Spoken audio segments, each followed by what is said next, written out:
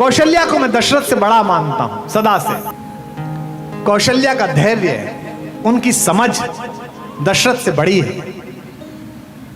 गोस्वामी जी माता कौशल्या की प्रशंसा करते हुए कहते हैं कि मैं उस कौशल्या को प्रणाम करता हूं जिसकी कोख से यह सूर्य पैदा हुआ है राम जैसा, प्राची दिशा स्वरूप।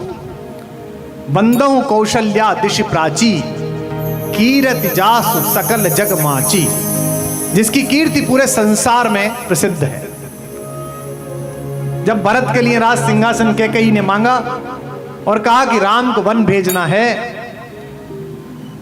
तो दशरथ ने कहा कि भरत को सिंहासन तो दे दे, पर राम को वन क्यों भेजना है? उसने तेरा क्या बिगाड़ा? और यह भी कहा कि कौशल्या ने तो तेरे खिलाफ कभी कुछ कहा भी नहीं था, जो तूने इतना बड़ा वज्रपात किया। दशरथ में मोह है। दशरथ राम से विदाई नहीं सह पाए। जब राम वन जाने लगे तो 7 बार दशरथ ने नाम लिया राम का। राम राम कहा, राम राम कहा, राम राम कहा, और आखिर में राम कहा और चले गए। स्वर्ग जाकर भी दशरथ का मोह नहीं छूटा। तो राम ने जब रावण को मारा और वो नीचे गिरा तो राम ने उसे प्रणाम किया, कहा कि आप महाज्ञानी हैं, ब्रह्मा के वंश से पैदा हुए हैं, उत्तम कुल पुलस्त मुनि नाती, पुलस्त के नाती हैं, महापंडित हैं। भगवान शंकर मेरे आराध्य हैं, उनकी कृपा आप पर है। आपके कर्म बुरे थे, आपने गलत काम किया, इस युद्ध में आपकी इसलिए मृत्यु हुई, लेकिन मैं आपको प्रणाम करता हूं। प्रणाम किया, और जब राम ने प्रणाम किया तो आकाशवाणी हुई और देवता प्रकट हुए। देवताओं ने कहा कि राम की विजय हो। क्या बात है, क्या तीर मारा नाभि पे। बड़ाई करने लगे राम की कि बहुत अच्छा, बहुत अच्छा। तो उन सब के साथ दशरथ भी आए। दशरथ आए और दशरथ ने अपने बेटे को देखा, तनय को। गोस्वामी जी लिखते हैं तनय मतलब पुत्र को देखा। राम दशरथ के तनय हैं। गोस्वामी जी लिखते हैं तेही अवसर दशरथ तेह आए, तनय विलोकी नयन जल छाए। सुनना कितनी बढ़िया बात है। मर गए आप, स्वर्ग चले गए आप, 14 साल हो गए आपको, आपके लड़के ने चमत्कार किया, अब तो आपका लड़का बचा भी नहीं वो, अब तो आप जन्म के बंधन से मुक्त हो गए, अगला जन्म आपको कोई और मिलेगा। वो पृथ्वी पर आए और राम को देख के रोने लगे। सोचो क्या दृश्य है। राम तो अहंकारी भी नहीं है कि जरा सा चुनाव जीतने के बाद विक्ट्री का हाथ हिला रहे हैं। वो तो विनम्रता के साथ बिठक खड़े हैं। वो तो कह रहे हैं रावण से कि आपने क्यों इतना रक्तपात कराया, आप जैसा महापंडित मेरे द्वारा क्यों मारा गया। वो तो अपने छोटे भाई से कह रहे हैं कि भाई शत्रुता अलग थी, अब ये मूर्छित होकर गिर गया है, जाओ इससे राज्य कार्य का ज्ञान प्राप्त करो। लक्ष्मण को भेजा उन्होंने। लक्ष्मण सिराने खड़े हो गए और बोले कि मैं राम का छोटा भाई दशरथ का पुत्र आपसे कहता हूं कि मुझे राज्य चलाने की शिक्षा दें। तो रावण बोला ही नहीं। तो उन्होंने आके राम से कहा कि वो तो बोल ही नहीं रहा। तो उन्होंने कहा किसी के सिर पे जाके खड़ा होगा तो क्या बोलेगा, जिससे ज्ञान लेना है उसके चरणों में खड़ा हो।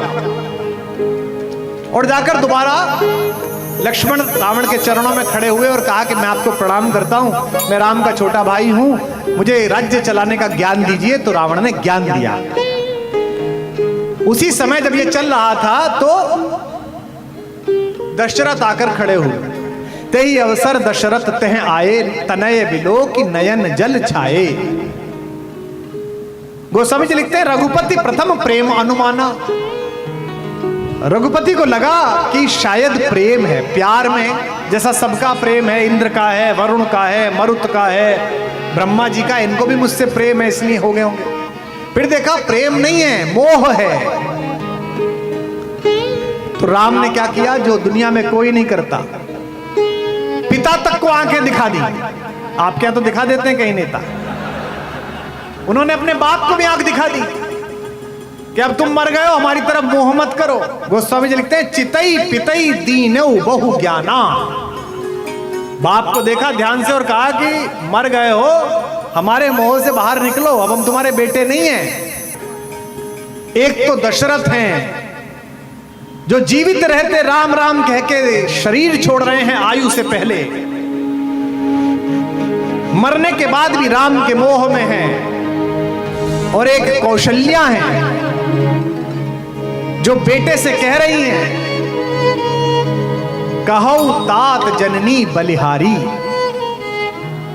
कैसा कलेजे पे वज्रपात हुआ होगा कि राम जैसा बेटा भेजना पड़ रहा है जंगल, सीता जैसी बेटी जैसी पुत्रवधू भेजनी पड़ रही है जंगल।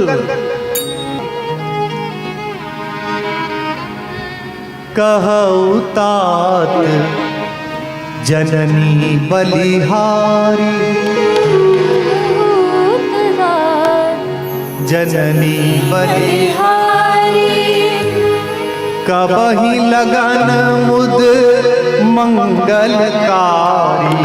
कहौ तात जननी बलिहारी, कहौ तात जननी बलिहारी, कबहि लगन मुद मंगलकारी, कबहि लगन मुद मंगलहारी।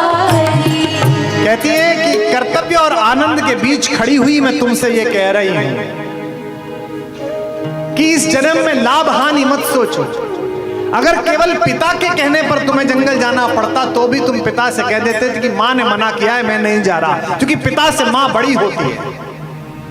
लेकिन बेटा तुम सौभाग्यशाली हो कि तुम्हें पिता और माता दोनों की इच्छाओं को पूर्ण करने का अवसर मिला है। माता कौन? कैकेयी। अपनी सौत को भी अपने बेटे की मां कह सके वो केवल कौशल्या हो सकती है, केवल आप ही हो सकते हैं। इस कर्तव्य और आनंद के बीच खड़ी हुई कौशल्या कहती है बेटे, अगर केवल मेरा ही मान रखना था तो हो सकता था मैं तुम्हें मना कर देती, लेकिन आज मान तुम्हें अपनी माता का, कैकेयी का और अपने पिता दोनों का रखना है, इसलिए मैं दोनों को कहती हूं। जब उन्होंने कहा कि बेटा भी कैसा राम जैसा, ऐसा नहीं कि आप अपने घर की पुत्री के लिए ताली बजाएं, हमारा राम भी तो देखो सब कुछ छिन गया। मां ने पूछा कि बेटा क्या हुआ, तो ये नहीं कहा कि टिकट कट गया अम्मा, क्या कहा? मां मुझे पिता ने जंगल का राज्य दे दिया है, इससे भी बड़ा काम दे दिया है। पिता दीन मोही कानन राजू, पिता दीन, गाइए, कानन राजू, पिता दीन मोही कानन राजू, पिता दीन मोही कानन राजू, जह सब भांति मोर बड़ काजू, जह सब भांति मोर बड़ काजू, आयुष देहि मुदित मन माता, आयुष देहि, मुझे आशीर्वाद दीजिए कौशल्या, जेहि मुद मंगल कानन जाता, जेहि, मैं आराम से जंगल जा सकता। दंडकारण्य आने के लिए अनुमति भी किसने दी? दंडकारण्य की बेटी ने, क्योंकि उन्हें पता था कि अब अयोध्याओं को राम की जरूरत नहीं है, देश के वनवासियों को, मल्लाहों को, निषादों को, शबरियों को राम की जरूरत है।